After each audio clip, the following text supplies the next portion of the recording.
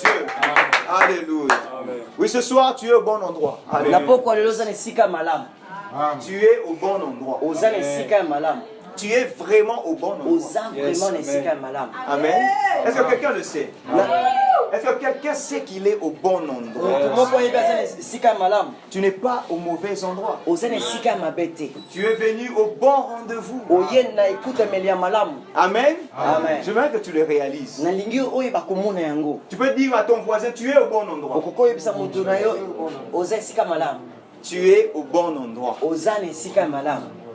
À la bonne place. Et cette place, c'est la présence de Dieu. Vous pouvez vous rasseoir. Cette place, c'est la présence de Dieu. Parce qu'en ces lieux, nous allons partager la parole de Dieu. C'est un bon endroit parce que le Seigneur nous a envoyé sa parole. Amen. Amen. Dans sa fidélité, le Seigneur nous envoie sa parole. Parce qu'il est fidèle, il envoie toujours sa parole.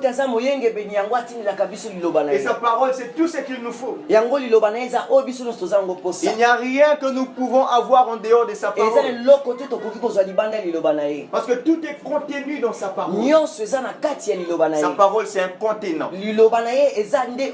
C'est quelque chose qui contient toutes choses. Et tout ce que tu peux rechercher dans la vie, c'est un contenu. Ouais. Tu peux rechercher de l'onction. Mais l'onction, voilà, c'est un contenu. Tu peux prendre l'image d'une huile. Mais ce qui contient, ce qui doit supporter l'huile, c'est ça ce qu'on appelle le contenant. Et la parole, c'est ça le contenant. Lorsque le Seigneur a envoyé Samuel, le Seigneur a dit à Samuel, arrête de pleurer au sujet de Saül. Parce que je l'ai déjà rejeté pour qu'il ne soit plus roi sur Israël. Va et prends avec toi une corne. Et cette corne-là doit être remplie d'huile. Et va jusque dans la maison d'Isaïe. C'est là que j'ai choisi un autre roi à la place de Saül. Ça veut dire que Samuel avait pris avec lui une corne qui était un contenant de l'huile.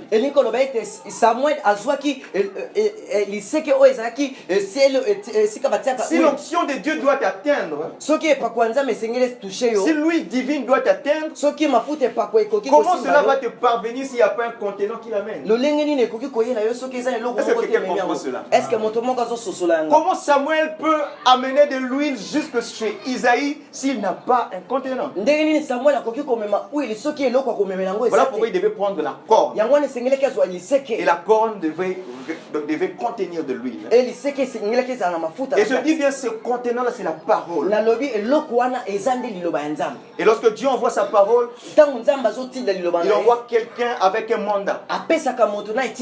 Dans le même exemple, le Seigneur a dit à Samuel, va dans la maison d'Isaïe. Samuel a reçu un mandat.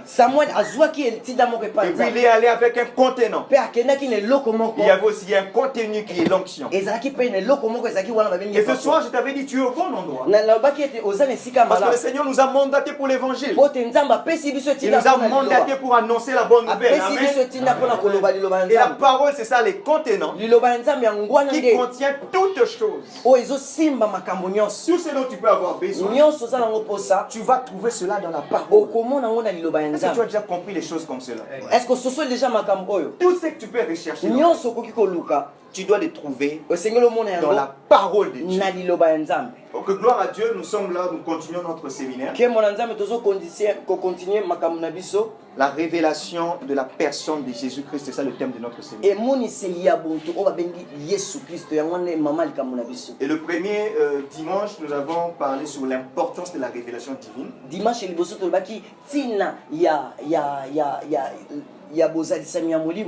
L'importance de la révélation divine.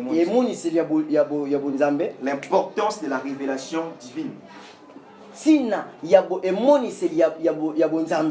Et le deuxième jour, nous avons parlé sur recevoir la révélation divine. Amen. Amen. Nous sommes en train d'évoluer. Et aujourd'hui, notre sous-thème sera... Je l'ai intitulé La révélation divine est un trésor.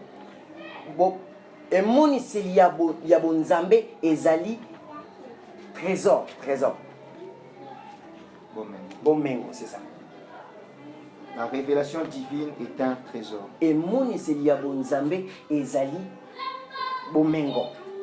J'aimerais que tu prennes le livre de Matthieu 13. Matthieu 13.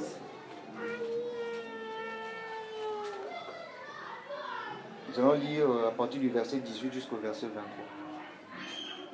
Verset 18 à verset 23. Nous allons lire Matthieu 13, 18 à 23. 18 à 23, je lis au nom de Jésus. Vous donc, écoutez ce qui signifie la parabole du semeur. Lorsqu'un homme écoute la parole du royaume et ne la comprend pas, le malin vient et enlève ce qui a été semé dans son cœur. Cet homme est celui qui a reçu la sémence le long du chemin. Celui qui a reçu la sémence dans les endroits pierreux, c'est celui qui attend la parole et la reçoit aussitôt avec joie, mais il n'a pas de racines en lui-même. Il manque de persistance et dès que survient une tribulation ou une persécution à cause de la parole, il trouve une occasion de chute. Celui qui a reçu la sémence parmi les épines, c'est celui qui entend la parole, mais en qui le souci du siècle et la séduction de richesse étouffent cette parole et la rendent infructueuse. Celui qui a reçu la sémence dans la bonne terre, c'est celui qui entend la parole et la comprend. Il porte du fruit et un grand en donne 100. Un grand en donne 100, un autre 60 et autre 30. Ok, nous sautons, nous allons lire maintenant le verset 44. 44. Le royaume de cieux est encore semblable à un trésor caché dans un champ. L'homme qui l'a trouvé le cache et dans sa joie, il va vendre tout ce qu'il a et achète ses champs. Amen. Amen. Ok, nous pouvons nous rasseoir. Place. La révélation divine est un trésor. C'est ça notre sous-thème de ce soir. Et notre verset principal, ce sera Matthieu 13, le verset 44e. Et tant que Matthieu 13, 44e. Et on peut, le royaume de cieux est encore semblable à un trésor. Ok. Donc la Bible nous dit ceci, que le royaume des cieux est encore semblable à un trésor. Amen. Amen. Amen. Pourquoi on dit encore? C'est parce que dans ce chapitre-là de Matthieu 13, le Seigneur était en train de donner plusieurs paraboles relatifs au royaume des cieux.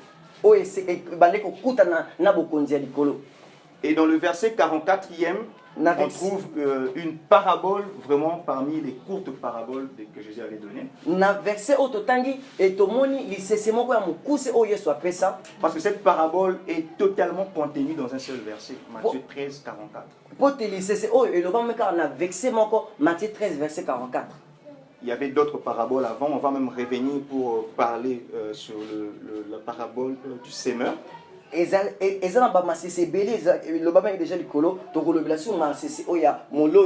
ce que nous allons creuser ce soir, c'est la parabole qu'il y a dans le verset 44. Là où Jésus est en train de dire que le royaume des cieux est semblable à un trésor. Et ce trésor est caché dans un champ. Un trésor, c'est quelque chose de précieux, quelque chose de grande valeur, quelque chose de très grand prix, quelque chose de tellement important. Un trésor. Un trésor. Mais ce trésor dans cette parabole est caché. Ce trésor est caché dans un champ. Vous voyez? Ce trésor est caché dans un champ. Et la parabole poursuit par dire qu'il y a eu un homme qui a trouvé ce trésor.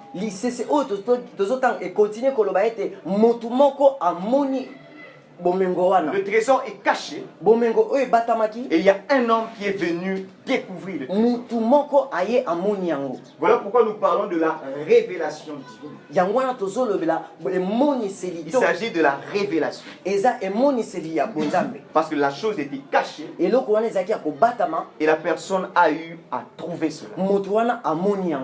Et la Bible dit même que la gloire de Dieu, c'est de cacher les choses.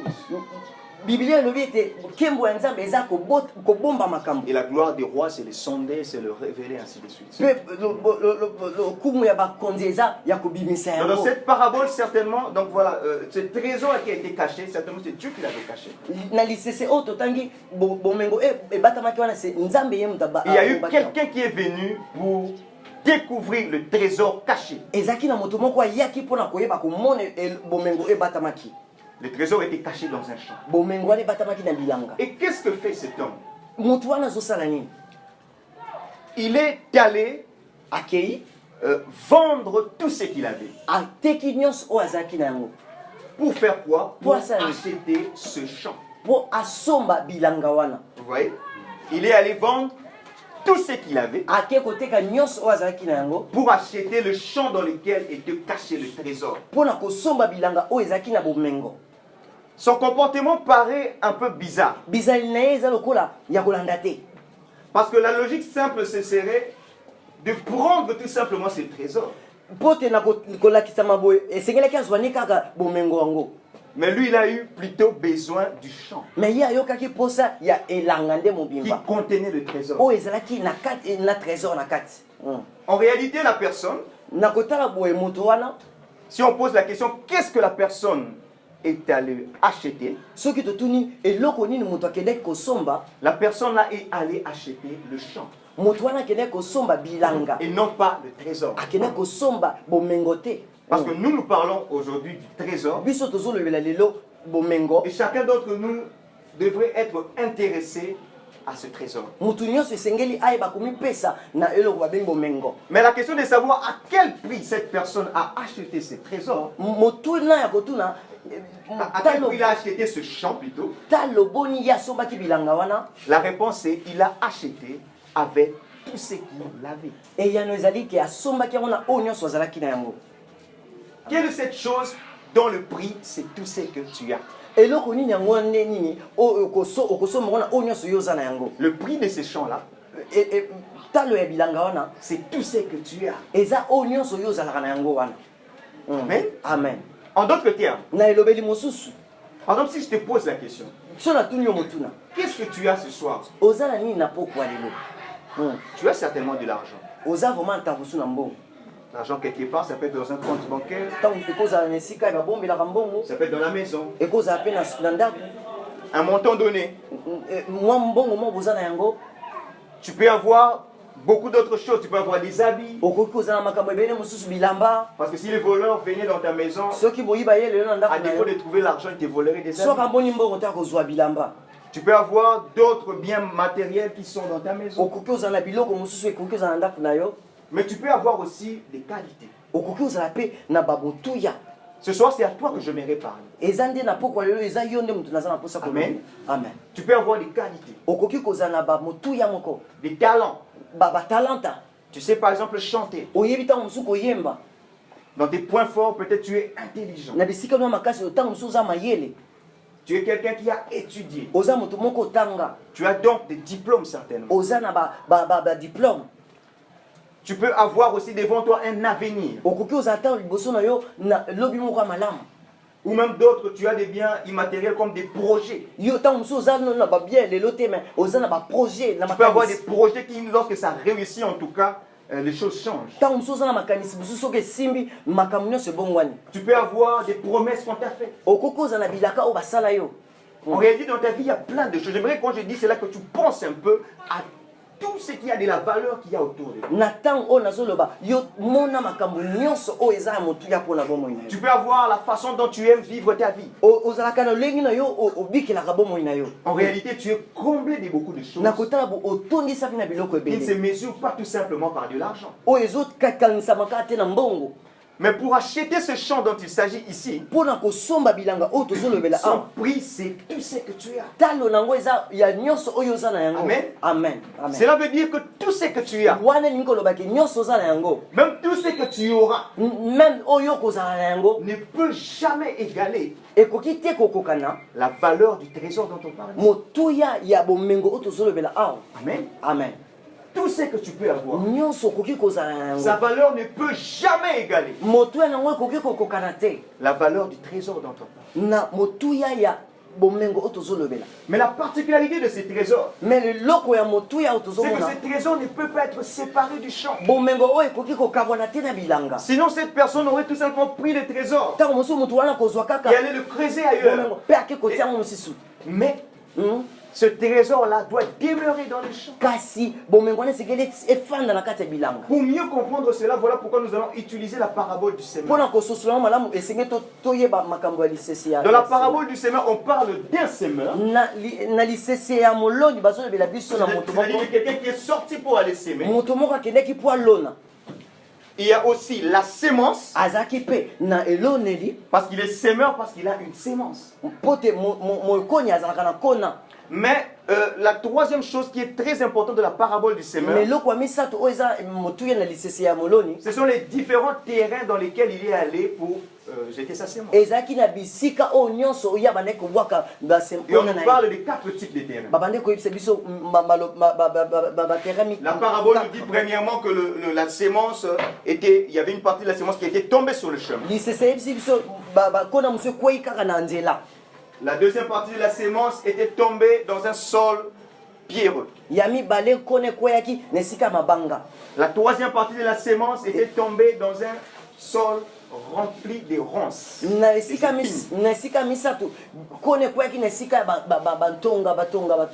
Et la quatrième, c'est que cette sémence-là est tombée dans une bonne terre. Mais ce qui est très important, le plus important dans cette parabole-là, c'est la sémence-là elle-même. Parce que nous venons de lire ceci. À propos de cette sémence-là, c'est que c'est un grain. Bien que si ce grain-là tombe dans les 3 mauvaises terres dont on a commencé par parler, mais s'il arrivait que ce grain tombe dans la bonne terre, ce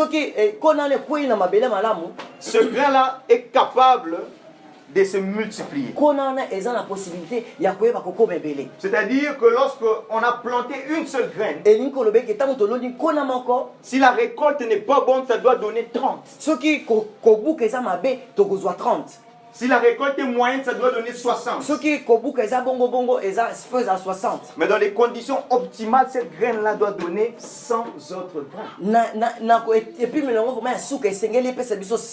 Ça veut dire que la particularité, la grande valeur se trouve dans cette sémence-là. Et cette sémence-là, c'est l'image du trésor dont nous sommes en train de parler. Pour mieux comprendre la valeur de cette sémence, imagine que cette graine-là coûte $1.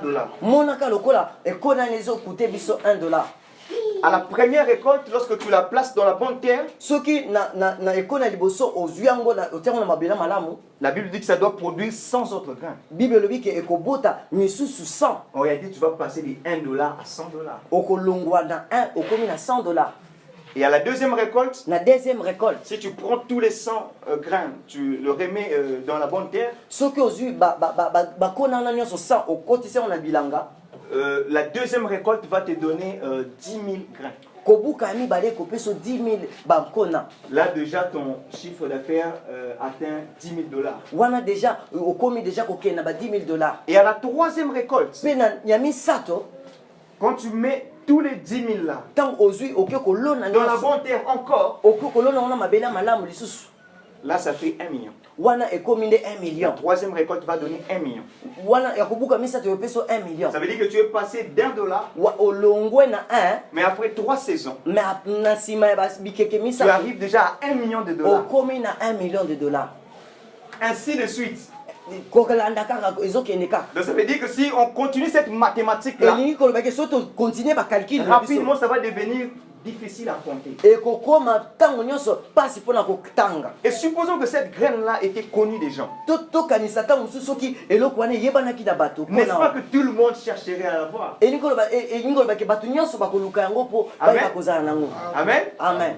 Imagine que cette graine-là était connue des gens. kanisa kaka soki kona neyebana na bato nyonso. Parce qu'ici, par exemple, à Kinshasa, il se passe quelque chose. mpo ana kinshasa ezoleka likambo moko. Que si on raconte à quelqu'un que, si tu fais tel commerce, en tout cas, les résultats sont bons. soki osali kaka likambo oyo mayano eza motu ya Tout le makasi. monde se met à faire la même chose. motu bato nyonso bakomi kosala makambo wana. Si on découvre que non, à Loufou, là, ça va. soki bato tomoni na lufu makambo ezosala ok. Et tout le monde sera rentré derrière. bato nyonso bake kuna. Mais imagine que cette graine-là était connue. mais tala nano soki ekona wana eyebanaki Qui est capable qu'à la troisième saison, oyo eza na makoki na ekona les misato résultats soient multipliés par 1 million. ekona eyeba kobakisama na ba 1 C'est ça million. notre trésor. yango wana nde bomengo na biso. Et pour aller rapidement à expliquer cela, mpona kokende mbango kolimbola yango Jésus dit ceci. yesu alobi boye Lorsque nous avons lu Matthieu 13, ntango totalaki matthieu je 13 crois au verset 19, verset 19 Jésus a commencé par dire, yesu abandaki koloba tu peux relire, lorsqu'un homme écoute la parole du royaume. Jésus a commencé à faire mention de la parole du royaume. yesu abandi kolobela makambo etali liloba ya Chers nzambe. frères et sœurs, molingami mwasi à mpe ta mobali. grande surprise, na ekomonana yo ya surprise cette graine miracle,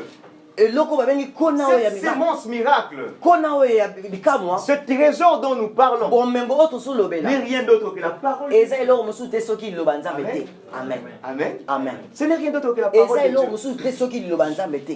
C'est une réponse que certainement plusieurs connaissent déjà. eza eyano oyo bato ebele deja bayebi yango. Mais pourquoi ce pouvoir multiplicateur est presque inconnu alors de tous? mpona nini bokonzi oyo ya koyesa ebele ezozanga biso? Pourquoi il n'est pas considéré tel que décrit dans la Bible comme étant un réel trésor? mpona nini te tozopesa yango esika oyo eza vraiment bozwi ya malonga? La parole de Dieu, c'est ça le trésor dont il s'agit. liloba ya nzambe yango wana nde bomengo oyo tozolobela awa.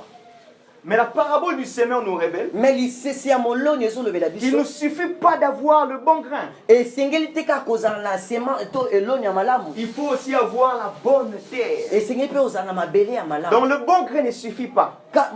kona malamu eza kaka yango Il faut moko aussi te. avoir la bonne terre. esengeli ozala mpe na mabele ya malamu. Voilà pourquoi dans ce parabole que nous sommes en train d'étudier, yango wana ntina lisese oyo tozotanga l'homme qui a découvert le trésor, moto oyo amonaki bomengo wana il n'a trouvé rien d'autre à faire amonaki eloko mosusu akosala eza que d'aller te acheter ce champ. ya kosomba kaka Parce que bilanga le champ là était la bonne terre. mpo te bilanga wana ezalaki nde mabele En malamu. réalité, il n'a pas tout simplement trouvé la sémence, Amen. mpo amonaki kaka kona te mais cette sémence là était dans la bonne terre. mais kona wana ezalaki na mabele malamu. Mais les gens ne savaient pas. mais bato bayebaki te. Lui, il a découvert mais cela. ye ayebi komona yango. Voilà pourquoi nous parlons de la révélation. yango wana tozolobela emonisili ya Quelque bonzambe. chose que d'autres n'ont pas découvert. eloko moko bato mosusu bamoni yango te. Quelque chose que d'autres n'ont pas saisi. bato mosusu bazwi yango te. Quelque chose que d'autres n'ont pas compris. eloko moko bato mosusu basosoli yango te.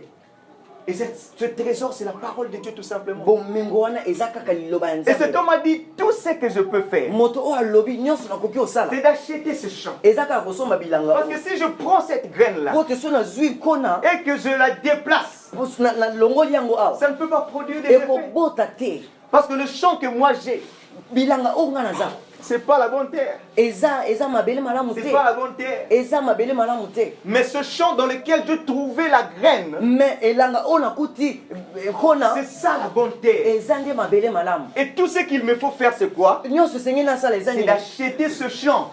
esengeli nasomba bilanga Le oyo. propriétaire du champ peut être étonné. mokolo bilanga akoki Comment se fait-il que tu viens avec empressement acheter mon champ? ndenge nini okoya na lombango mbango osomba ka bilanga na ngai? Comment tu es prêt à payer tout le prix qu'on peut demander? ndenge nini parce que lui sait que dans le champ là, il y a la sémence qu'on recherche. Et que ce champ là est compatible avec cette sémence. Voilà pourquoi il veut non pas simplement la sémence, mais il veut aussi ce champ. Amen. Amen. Amen. Je répète encore. Ce trésor, c'est rien d'autre que la parole. La parole de Dieu que tu entends. La parole de Dieu, c'est pas la première fois que tu l'entends quand je suis en train de prêcher. Mais est-ce que cela a déjà été un trésor pour toi? Est-ce que cela a déjà été un trésor pour plusieurs? Combien de prédications as-tu déjà entendu jusqu'ici? Mais est-ce que es-tu déjà entré en possession de ces trésors? Mais ce sont mon message simple. J'aimerais que tu vois les choses différemment. Que tu identifies le trésor. Parce que la question c'était à quel prix il était allé acheter ces champs. Avec tout ce qu'il possédait. Avec tout ce qu'il possédait. Parce que ce champ-là, tu ne peux pas l'acheter au prix que tu veux. Tu ne peux pas l'acheter avec une partie de ce que tu as. Son prix, c'est tout ce que tu as. Voilà pourquoi je t'ai fait faire cet exercice de pouvoir voir, de pouvoir réaliser tout ce que tu as. Tant les valeurs matérielles que les valeurs immatérielles. Parce que pour avoir ce champ, rappelle-toi, on a dit qu'il ne suffit pas d'avoir ce trésor. Mais l'homme sage dans cette parabole a compris qu'il fallait aussi avoir le champ. Car ce champ-là, c'est la bonne terre. Mais il est impossible que tu puisses acheter ce champ avec une partie de ce que tu as. Et c'est ça le problème du christianisme actuellement. On veut un Jésus qui te donne des choses sans que tu puisses perdre ce que tu as. Or cela, ça ne marche pas. Cette formule-là ne marche pas. Dans le royaume des cieux, cette formule-là ne marche pas. Or, il s'agit du royaume des cieux. Il ne s'agit pas de la présidence de la RDC. Il s'agit du royaume des cieux. Cette tactique-là ne marche pas. Ça veut dire que tu viens à Jésus. Tu conserves tes acquis. Tu conserves par exemple ton argent. Il est toujours très important pour toi. Et en même temps, tu veux que Dieu ajoute dessus. Ça ne marche pas comme ça. Voilà pourquoi Jésus avait rencontré un jeune homme. La Bible l'appelle le jeune homme riche. Il avait beaucoup de biens.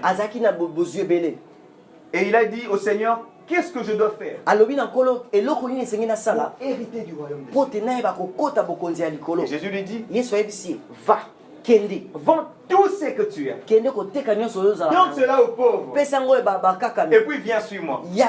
La Bible déclare que ce jeune homme-là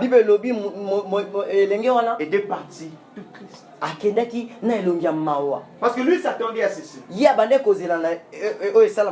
Qu'on lui donne un montant donné. Tellement qu'il savait qu'il était riche. Si ce montant-là c'était par exemple $1000,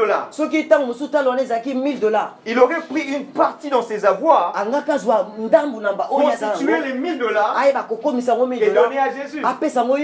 Mais Jésus lui dit non. Il ne s'agit pas de donner un tout petit peu. Il ne s'agit pas de donner une partie. Mais il s'agit de donner tout ce que tu as. Il s'agit de donner tout ce que tu as. Est-ce que tu aimerais acheter ce champ dans nous? Ce champ qui contient le trésor. Ce champ dans lequel la parole de Dieu est fructueuse. Son prix, c'est tout ce que tu as. Tout ce que tu as. Il n'y a rien que tu peux garder. Il n'y a pas une partie que tu peux garder. Mais tu dois l'acheter au prix de tout ce que tu possèdes. Tu possèdes par exemple certaines autres qualités. Mais il n'y a rien à laisser pour toi-même. La valeur de ces champs, c'est tout ce que tu as. Est-ce que ce soir quelqu'un est capable de dire que oui, moi je suis prêt de payer ce prix? De payer ce prix. Il s'agit de payer tout ce que tu as. Ça ne va pas te permettre d'acheter le trésor. Parce qu'il n'avait pas acheté le trésor, mais il avait acheté le champ. Voilà pourquoi la parole de Dieu, tu ne peux pas l'acheter. Mais c'est plutôt le champ qui contient le trésor qui doit être acheté. Est-ce que dans ta vie chrétienne, as-tu déjà donné tout ce que tu as? As-tu déjà réussi à donner tout ce que tu as? Je ne te parle pas tout simplement de vider tout ton compte bancaire. Mais est-ce que depuis que tu es venu à Jésus, as-tu déjà donné tout ce que tu possèdes? As-tu déjà donné tout ce que tu possèdes?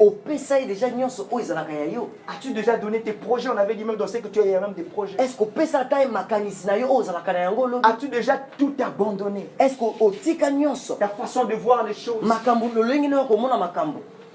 Es-tu déjà prêt à changer de direction? Ou bien veux-tu toujours continuer à vivre la vie que tu menais avant? Et tout simplement l'agenda d'aller à l'église tous les dimanches. Alors que quand il parle du royaume des cieux, quand il s'agit du royaume des cieux, il s'agit de donner tout ce que l'on a. On a dit cet homme-là, il a vendu tout ce qu'il possédait pour acheter ce champ. Mais que représente ce champ? Qu'est-ce représente ce champ? Parce que toi et moi, nous n'avons pas le bon champ. Nous n'avons pas la bonne terre.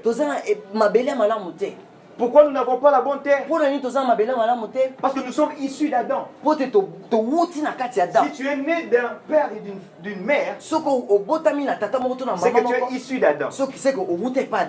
Et comme cela, l'homme charnel que tu es est issu de la terre. Il est issu de la terre. Tu es terre, tu es poussière. Vous voyez? Et ce champ-là ne représente rien d'autre que le cœur. Parce que c'est un champ qui ne peut pas être séparé du trésor. Les deux choses sont inséparables. Le trésor dont on parle et le champ qui est la bonne terre. Et je dis que ce champ-là ne représente rien d'autre que le cœur. Parce que Jésus avait dit que là où est ton trésor, là aussi sera ton cœur. Vous voyez? Le trésor se trouve dans le cœur. Ces champs-là ne représentent rien d'autre que le cœur. Mais je suis venu te dire ceci. Et le cœur que tu as, même si tu as entendu ce soir que le trésor dont nous parlons, c'est la parole de Dieu. Mais le cœur que tu as n'est pas la bonté. Le cœur que tu as n'est pas la bonté. Voilà pourquoi la sémence ne peut pas fructifier. Voilà pourquoi la parole de Dieu n'est pas un trésor pour ta vie. Voilà pourquoi tu n'as jamais vendu tout ce que tu as. Dans le sens à comprendre effectivement. C'est le cœur. Mais le cœur que tu as, le cœur que j'ai, ce n'est pas la bonne terre qu'il faut. Nous avons parlé de trois types de cœurs, de trois types de mauvais cœurs qu'on a vu, de mauvaises terres plutôt qu'on avait vu dans la parabole du semeur. Et dans tous ces trois cas,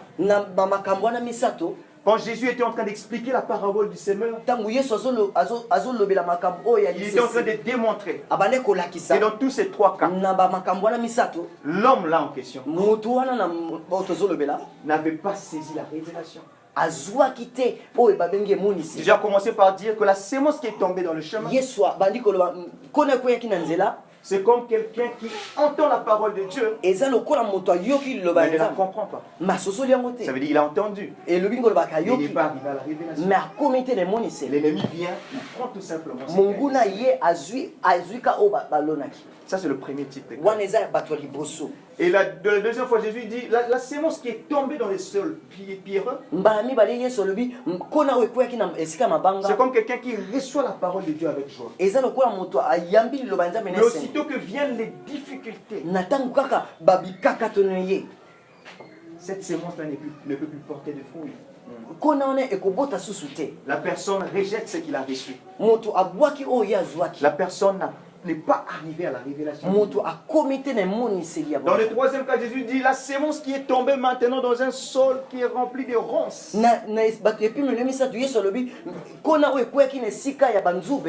C'est aussi quelqu'un qui a reçu la parole de Dieu. Mais c'est présent qu'il y a des soucis du siècle, comme l'a appelé Jésus. Et le goût pour les richesses de ce monde. Les soucis du siècle ou bien les inquiétudes. Et l'amour pour la richesse de ce monde font en sorte que cette sémence-là ne puisse pas germer. Ces cœurs-là non plus ne pas la bonne terre. N'est pas la bonne terre.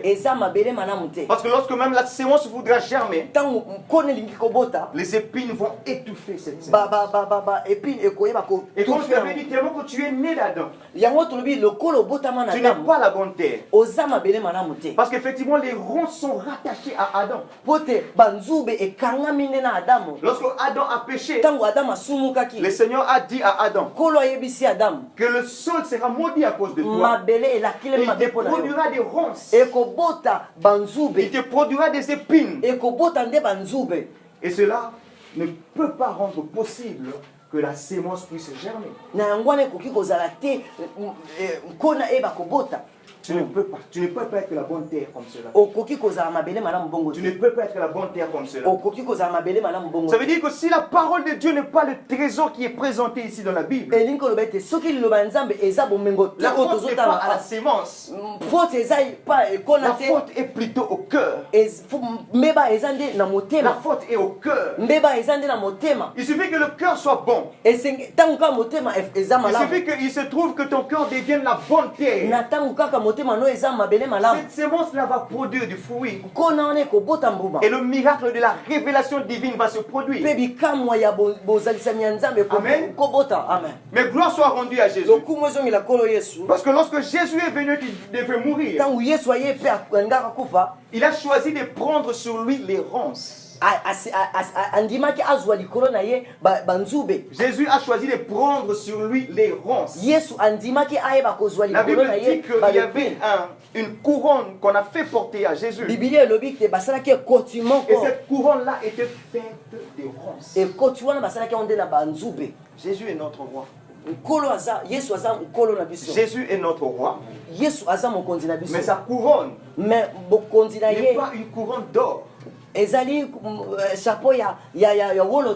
Sa couronne est plutôt une couronne d'épines. Si sa couronne était une couronne d'or, je t'aurais fait cette promesse. Que viens à Jésus. Et tous les biens matériels te seront donnés. Viens à Jésus. Et tu vas oublier la faim. Viens à Jésus. Et tu auras l'argent d'acheter des voitures. Viens à Jésus. Et tu auras la possibilité de voyager partout dans le monde. Mais sa couronne n'est pas une couronne d'or. Parce que le roi de ce monde porte des couronnes d'or. Mais Jésus a plutôt porté la couronne d'épines. Pour dire ceci, il a demandé à ce que, parce qu'en même temps Jésus sur la croix représente le corps, donc son corps et sa tête, ça veut dire qu'il représente l'Église et lui-même. Parce que la parole de Dieu nous déclare que l'Église est le corps du Christ. Ça veut dire que si tu viens à Jésus, tu deviens une partie du corps du Christ. Et Christ lui-même en tant que chef de l'église, il demeure la tête de l'église. Et Jésus a refusé que les ronces puissent être portées par les autres parties du corps. On a fait beaucoup de choses à Jésus qu'on les mutilait. Il y a eu des clous qui sont entrés dans les mains de Jésus. Il a été percé par la lance. Jésus a été fouetté par-ci par-là. Jésus a été tabassé, il a été même giflé. Tout cela, on l'a fait sur son corps. Tout ce qu'on a fait sur le corps de Jésus, le Seigneur a prévu que nous puissions avoir part aux mêmes souffrances que Christ. Il a prévu que nous puissions avoir part aux mêmes souffrances que Christ. Parce que les clous sont entrés dans les mains. Les mains font partie du corps. Ça veut dire que l'Église subira aussi. L'enfant de Dieu doit s'attendre à subir aussi des choses difficiles et douloureuses dans sa vie. Tu dois t'attendre que ta vie chrétienne ne soit pas que rose. Mais c'est que Jésus a fait de bien. Il a dit non pas les épines. Que les épines n'aillent pas au corps. Que les épines viennent à la tête. Que moi-même je porte les épines. Et les épines, ce sont les inquiétudes. C'est une formule qui est tout à fait simple. Jésus a dit toutes les difficultés peuvent venir dans ta vie. Parce que si on m'a frappé au dos, si je mourais de faim, tout cela peut t'arriver aussi. Si je t'ai insulté, tu seras aussi certainement insulté. Si je t'ai rejeté, si tu gardes ma parole, tu seras certainement rejeté aussi. Mais en ce qui concerne les épines, réservez-les à la tête. Réservez-les à moi-même. Pour dire ceci bien aimé. Peu importe tout ce qui peut arriver dans ta vie, ne te donne pas le droit de porter en toi les inquiétudes, les soucis du siècle, les inquiétudes selon toi, les raisonnements. Jésus a dit ceci, les épines, mettez-le plutôt à la tête. Il a porté sur lui à la tête. Voilà pourquoi j'avais dit que tu n'es pas la bonne terre. Aussi longtemps qu'il y a des épines qui viennent pour tuer la sémence, qui est en réalité un grand trésor. En réalité, ton cœur n'est donc pas encore la bonne terre. Parce qu'il produit encore des épines. Mais le cœur que Jésus te propose d'avoir ce soir, c'est le cœur qui s'est dépouillé des épines. Un cœur qui est dépouillé des épines. Ça veut dire s'il y avait des calculs, il faut enlever. S'il y avait des soucis, il faut enlever. S'il y avait des inquiétudes, il faut enlever. L'amour pour ce monde, il faut enlever. L'amour pour les richesses de ce monde, il faut enlever. Tes calculs pour ta propre destinée, il faut enlever. Les projets par rapport à ta propre vie, il faut enlever. Il faut cesser de compter sur ça. La joie pour les choses de ce monde, il faut enlever. Vous voyez que là, la personne, si tu es en train de bien me suivre, il est en train de vendre tout ce qu'il possède pour acheter ce champ. De nouveaux champs. Qui est la bonne terre, qui est le cœur, mais dépouillé de toutes les inquiétudes. Si il se passe que le Seigneur t'accorde d'avoir ce cœur qui est dépouillé des inquiétudes, même ta vision de la vie ne sera plus la même. Tes motivations ne seront plus les mêmes. L'image de celui qui qui ne veut pas vendre tout ce qu'il possède si je reviens. C'est comme quelqu'un qui il était en train de prier, il n'avait pas de travail. Et voilà que le Seigneur le bénit, il a maintenant un bon travail. C'est un frère en Christ certainement, ou une sœur en Christ. Et voilà qu'il y a du relâchement dans sa vie chrétienne. Tout simplement parce que le temps où il devait aller à la prière après le boulot, maintenant qu'il a de l'argent et qu'il est en train de louer une maison, et qu'il peut maintenant acheter un abonnement, il se tape plutôt les luxes de regarder Real et Barça. Vous voyez que la personne a été bénie financièrement, mais il n'est pas devenu la bonne terre. Il n'a pas reçu la révélation divine. Même s'il vient à l'église, il témoigne. Voici que le Seigneur m'a béni. J'ai maintenant un travail. Mais le Seigneur ne voit pas les choses de la même façon. Le Seigneur voit plutôt quelqu'un qui n'a rien compris. Parce que si c'était la bonne terre,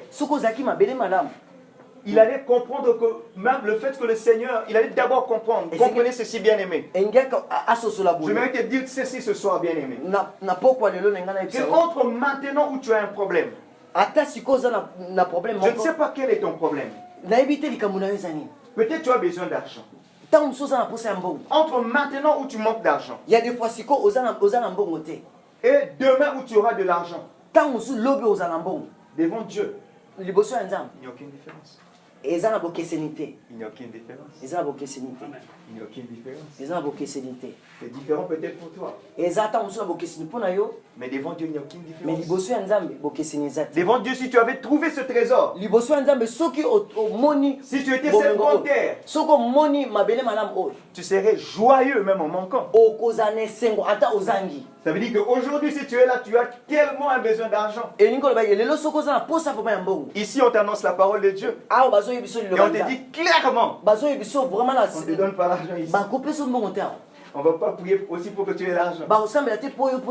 Amen. Amen. Mais on te dit ceci, que dans ton cœur là, le travail qui doit être fait ce soir, c'est que ton cœur puisse enlever les inquiétudes par rapport à manquer de l'argent. Parce que cette inquiétude là, Jésus doit porter ça. Une épine qu'on doit mettre sur la tête de Jésus. Tu vas sortir d'ici, tu n'auras toujours rien dans la poche.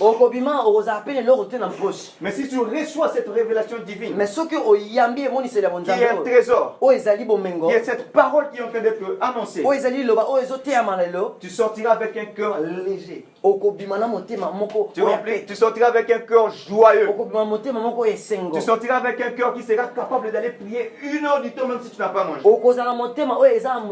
Tu sortiras avec un cœur qui sera rempli et comblé. Même au coin de ton avenue, en rencontrant quelqu'un, tu pourras lui dire, tu sais quoi, Jésus t'aime. Jésus là est dans mon cœur. Je sens sa joie dans mon cœur. Je n'ai pas l'argent dans la poche. Mais tout ce que je sais, c'est que Jésus t'aime. Ne reste pas dans cet état. Amen. Amen. Et cette même personne, comment est-ce que Dieu le voit? Si par exemple Dieu convenait plutôt de te donner de l'argent, non pas parce que tu t'es inquiété. J'ai bien dit, tu étais venu, tu n'avais pas d'argent. Et que Dieu s'est décidé de te donner l'argent. Oh, il a dit le but pour lequel Dieu te donnerait cet argent. Ce ne serait pas pour que tu ailles aller te combler de la joie de ce monde. Comme j'ai donné l'exemple de ce frère qui a maintenant le luxe, il peut maintenant acheter avec $40 Évasion Plus. Il est en train de regarder Real et Barcelone. Mais si Dieu permet que tu aies de l'argent, pour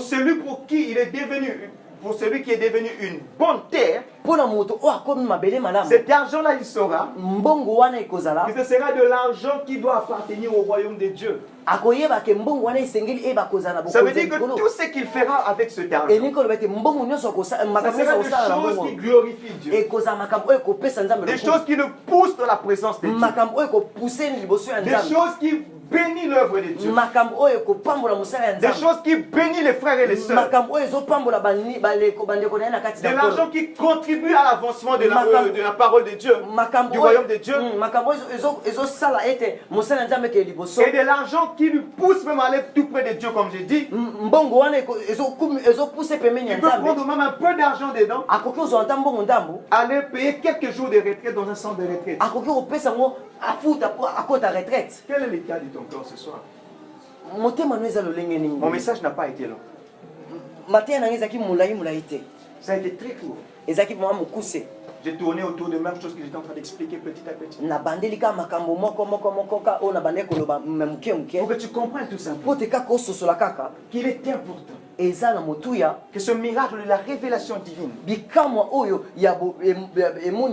lieu en toi, ait lieu dans ton cœur.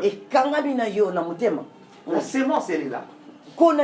Ce trésor-là est là, qui est capable de se multiplier à 1 million à la troisième saison.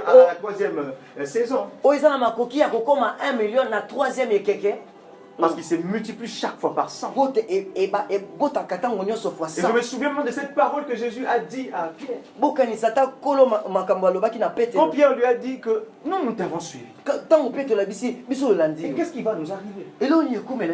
Jésus dit, il n'y a personne qui me suit et ne puisse recevoir au centuple. Au centuple. Vous voyez, c'est la même formule. Je vais peut-être expliquer tout simplement un tout petit peu parce que je ne voudrais pas qu'il y ait des gens qui aient tellement peur de dire que c'est un évangile, c'est un Jésus qui va nous approuvir. Non, non, non. Mais la formule pour que Dieu donne consiste à se dépouiller d'abord. Ça veut dire quand Dieu te trouve, si tu avais quelque chose, tu dois d'abord donner ça. Je ne te dis pas que si c'est de l'argent que tu dois forcément donner dans un panier de fronde. Mais ça doit vraiment être mis au service de Dieu. Ton cœur doit vraiment quitter cet avoir-là. Ta préoccupation doit vraiment quitter cet acquis-là. C'est la condition pour que le Seigneur te rende maintenant au centuple. Parce que tout ce que tu possèdes là va devenir tout simplement une sémence. Et ce soir, je reviens encore par dire, tu as certainement beaucoup de choses. Tu as certainement beaucoup de qualités.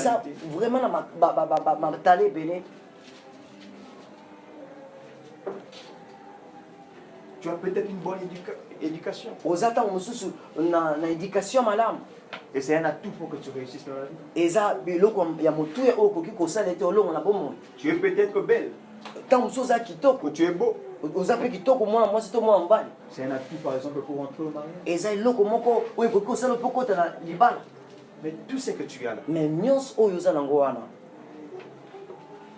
tout ce que tu as,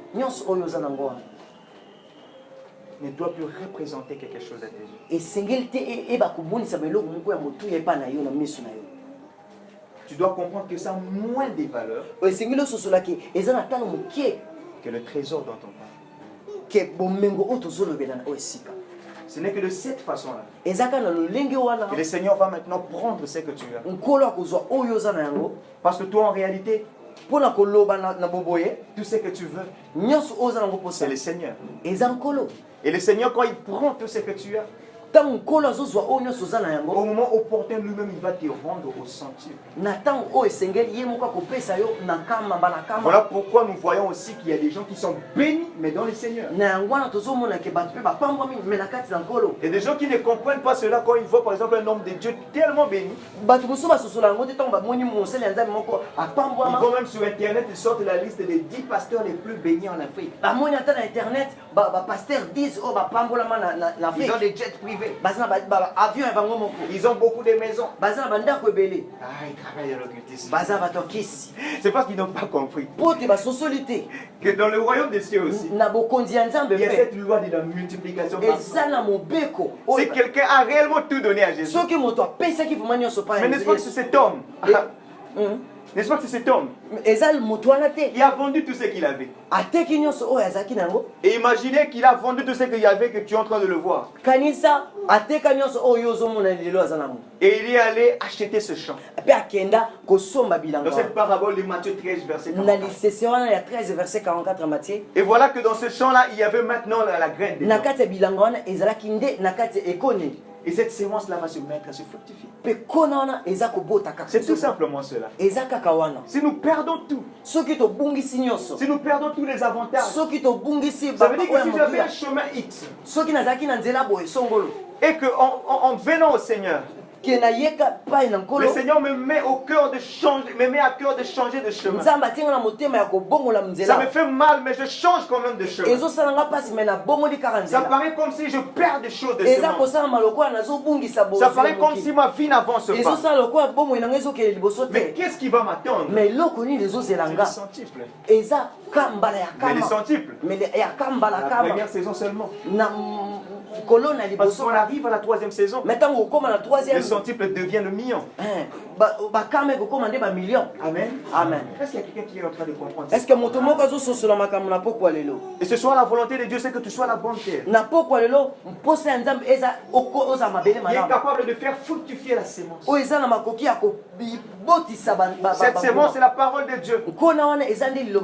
Si elle rencontre la bonne terre ce soir, c'est comme quelqu'un qui entend la parole et la comprend.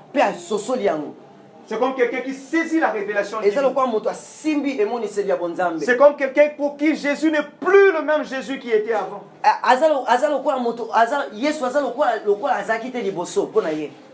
Jésus n'est plus le même Jésus qu'il voyait avant. Mais Jésus devient réellement pour lui un trésor. Jésus devient pour lui quelqu'un pour qui il peut tout faire. C'est ça, vendre tout ce que tu as. Est-ce que depuis que tu as commencé ta vie chrétienne, et tu es déjà arrivé à un niveau où tu peux tout faire pour Jésus? Tout faire pour Jésus. Est-ce que chaque fois dans ta vie, chaque jour dans ta vie, ton cœur bat vraiment pour tout ce qui concerne les choses de Dieu? Est-ce que dans ton cœur il y a vraiment cette soif-là de chercher Jésus, de chercher Jésus, de chercher Jésus? Est-ce que dans ton cœur ce Jésus-là est tellement important que beaucoup d'autres choses? C'est ça ce que signifie vendre tout ça. Si c'est cela, c'est qu'il s'agit de la bonne terre. Et lorsqu'il s'agit de la bonne terre, la sémence va se fructifier. Alléluia. Amen. J'aimerais que pendant un moment nous puissions prier.